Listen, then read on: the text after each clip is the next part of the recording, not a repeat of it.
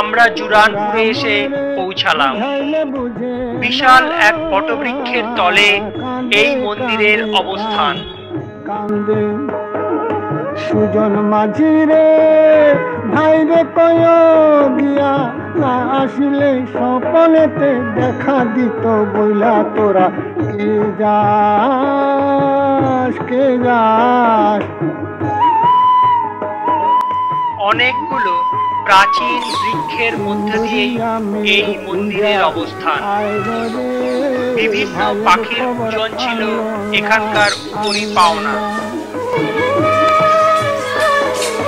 হাতির চরে নৌকা ফিরা আইল রে ভাইয়ের খবর আনলো না হৃদয় দিদিরে তুমি সদয় হইয়া ভাই রে আইনো নইলে আমার পরাণ যাবে গেলা তোরা কে যাস কে যাস কে যাস রে ভাতি গাঁ মায়া আমার ভাই বোন রে কয় নাইলোর নিত বইলা কে যাস কে যাস।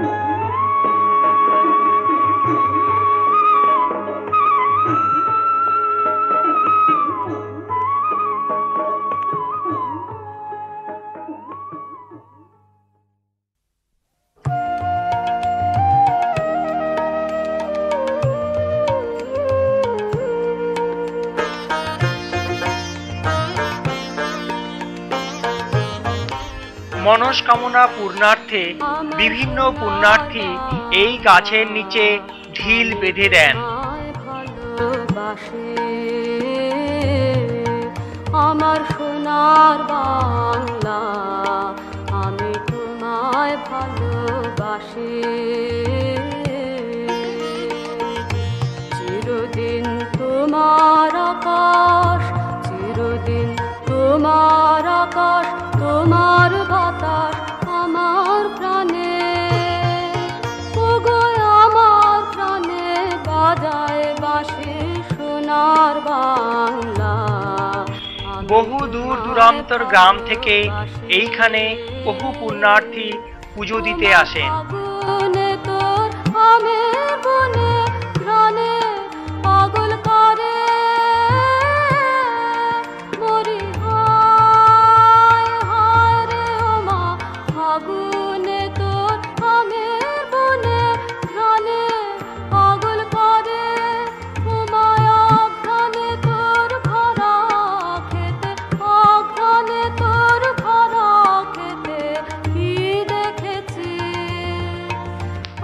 বিভিন্ন পুণ্যার্থীরা চুড়িকেও পূজার সামগ্রী হিসাবে ব্যবহার করেন। আমি তোমায় ভালোবাসি। এখানকার শোভা, স্নেহ এবং ছায়া সত্যি সত্যি না দেখলে বিশ্বাস করা যায় না। কি শোভা, কি ছায়া গো, কি স্নেহ, কি মায়া গো। দুর্গা মন্দির ছাড়াও এখানে আছে শিবের মূর্তি। নদীর ফুলে ফুলে মাতর মুখের বাণী আমার কানে। গুরুদেব শিবনাথ শাস্ত্রীর স্মৃতির উদ্দেশ্যে এখানে তৈরি হয়েছে তার প্রস্তর মূর্তি। জুরানপুরের এই অপরূপ সৌন্দর্য দেখতে দেখতে আমাদের অনেকটা সময়ই অতিবাহিত হয়ে গেল। এবার আমাদের সামনে একটা নতুন সমস্যা এসে উপস্থিত হলো। আমাদের ফিরে যাবার জন্য কোনো যানবাহনেরই ব্যবস্থা নেই। নিকটবর্তী গ্রামে পৌঁছাবার জন্য আমাদের পায়ে হেঁটে প্রায় 10 কিলোমিটার পথ অতিক্রম করতে হবে।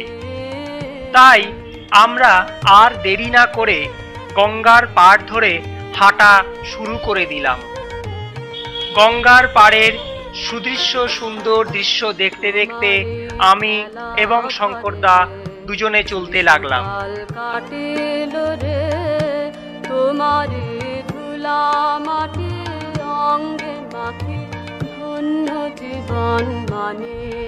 একদল গরু এবং ভেড়ার পাল পথে আমাদের স্বাগত জানালো।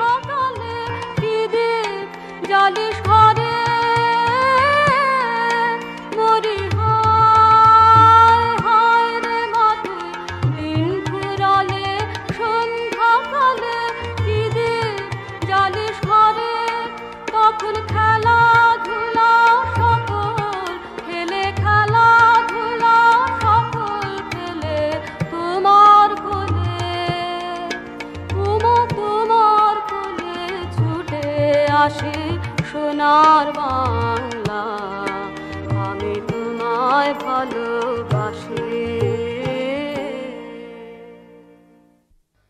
বিভিন্ন ধরনের পাখি ছিল আমাদের পথের নিত্যসঙ্গী।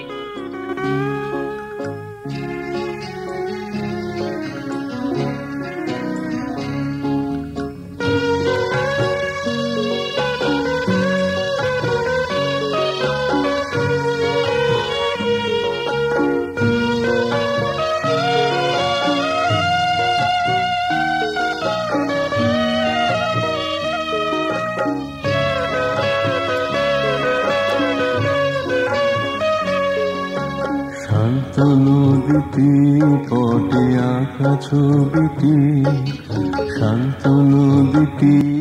ধীরে ধীরে আমরা গ্রামের নিকটবর্তী স্থানে পৌঁছালাম।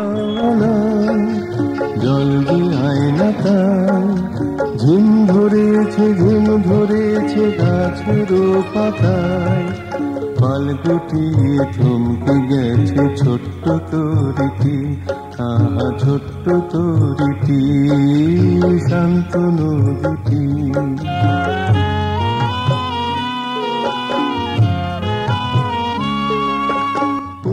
আমরা পৌঁছালাম গঙ্গার তীরে নাম না জানা ছোট্ট একটি গ্রামে।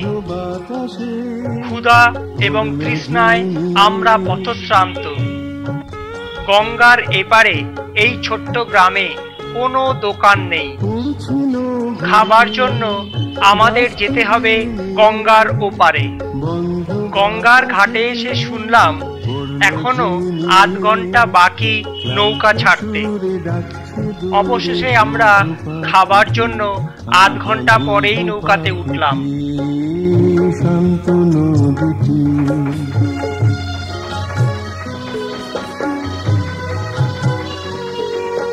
দুষ্ট ছেলেটা গরমে ঘামে নদীর ঘাটে জলেতে নামে, গরমে ঘামে।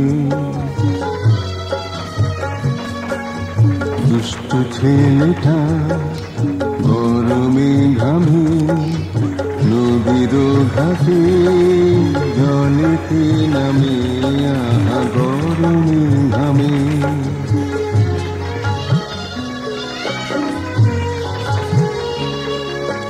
জমছে কালো মেঘ অন্ধকার ঘনায়, তাই দেখে মাঝি আকাশে তাকায়।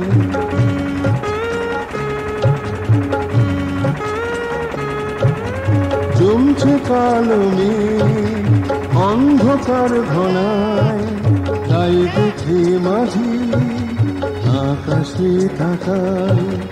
রুদ্র ঝড়ে উঠবে নড়ে। নৌকা করে আমরা এনায়েতপুর কালীবাড়ির ঘাটে এসে নামলাম। এখানে শ্রী শ্রী নিগমানন্দ সরস্বতীর আশ্রম আছে। দেখা হয়ে গেল মহারাজ নারায়ণ ব্রহ্মচারীজির সাথে। এই এনায়েতপুর কালীবাড়ির ইতিহাস সম্বন্ধে মহারাজও অবশ্য ওয়াকিবহল নন। ধীরে ধীরে আমরা এসে পৌঁছালাম পুরনো কালীবাড়ির স্থলে। গঙ্গার পাড়ে গহীন অরণ্যের মধ্যে এর স্থান। শান্ত নদীটি পটে আঁকা ছবিটি,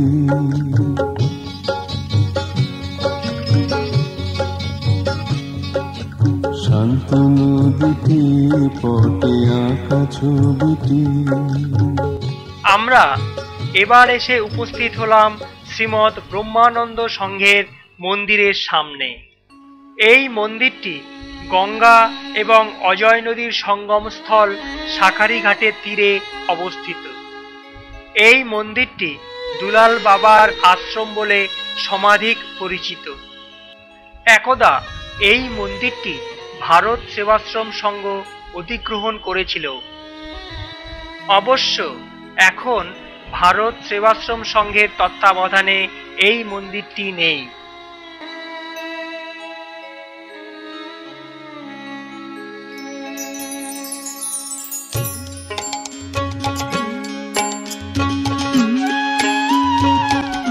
এখানে আছে গৌরাঙ্গ মন্দির। সোনার গৌর কেনে কেঁদে এলো নরহরি, সোনার গৌর কেনে কেঁদে।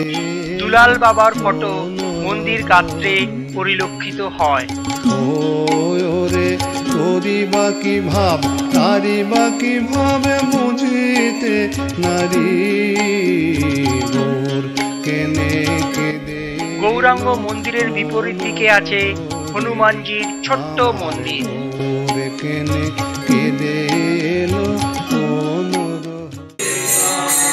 গৌরাঙ্গ মহাপ্রভুর মৃন্ময়ী মূর্তি এখানে বর্তমান।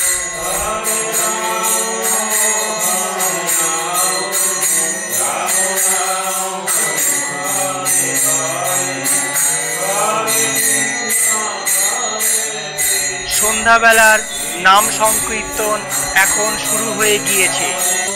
সূর্যদেব অস্তমিত। দিন শেষে গঙ্গা বক্ষে সূর্যদেব অবগাহন করতে চাইছেন। আমরাও হরে কৃষ্ণ সুরের সাথে সুর মিলিয়ে শ্রাবণী লজের দিকে পা বাড়ালাম।